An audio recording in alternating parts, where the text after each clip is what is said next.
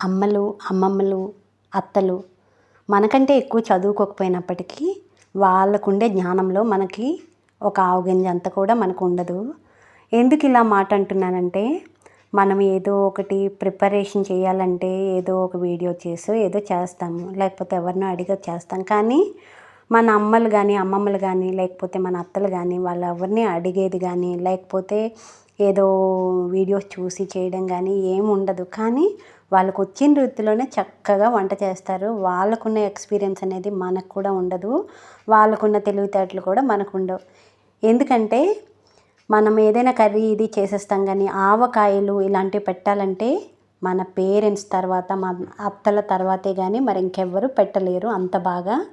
So నేను ఎందుకు ఇది చెప్తున్నానంటే, యాక్చువల్గా ప్రతి సంవత్సరము మాకు ఆవకాయలు మా అమ్మ కానీ మా అత్తగారిని ఇస్తారనమాట. మా అమ్మ చనిపోయిన తర్వాత మా ఇంట్లో చేసేవాళ్ళు ఎవ్వరూ లేరు కాబట్టి మా అత్తగారే ఎప్పుడైనా ఇలా ఆవకాయ పెట్టేసి ఇస్తారు. ఇంకొకటి ఏంటంటే, ఎందుకు ఈ టాపిక్ వచ్చిందంటే, ఈ బాక్స్ ఉంది కదా, ఎప్పుడైనా మనకు పెద్ద పెద్ద డబ్బాల్లో మా అత్తగారు అయితే ఆవకాయ పంపిస్తారు.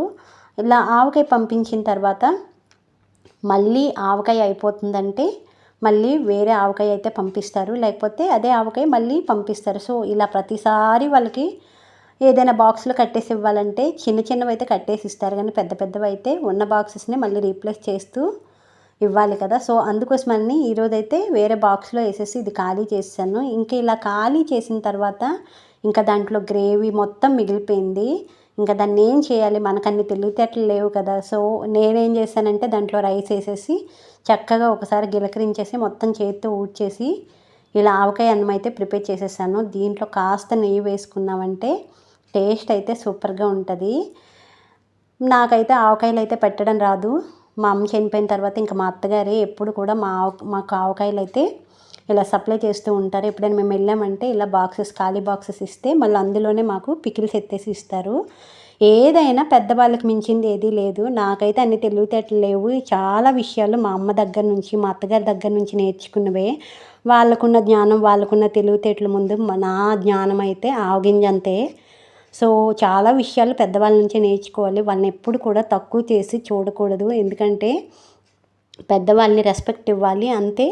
వాళ్ళ దగ్గర నేర్చుకోవాల్సిన జ్ఞానం చాలా ఉంటుంది. నేర్చుకోవాలనే తపన ఉండాలి, కానీ మన అమ్మల దగ్గర, అత్తమ్మల దగ్గర, అలాగే అమ్మమ్మల దగ్గర కూడా నేర్చుకోవచ్చు. చాలా విషయాలు మనం ప్రాక్టికల్గా వాళ్ళ దగ్గర నుంచే నేర్చుకుంటాం. నేనైతే మా అమ్మ దగ్గర నుంచి, మా అత్తగారి నుంచి చాలా నేర్చుకున్నాను. మరి మీకు కూడా ఇలాంటి అనుభవాలు ఉంటే షేర్ ఇట్.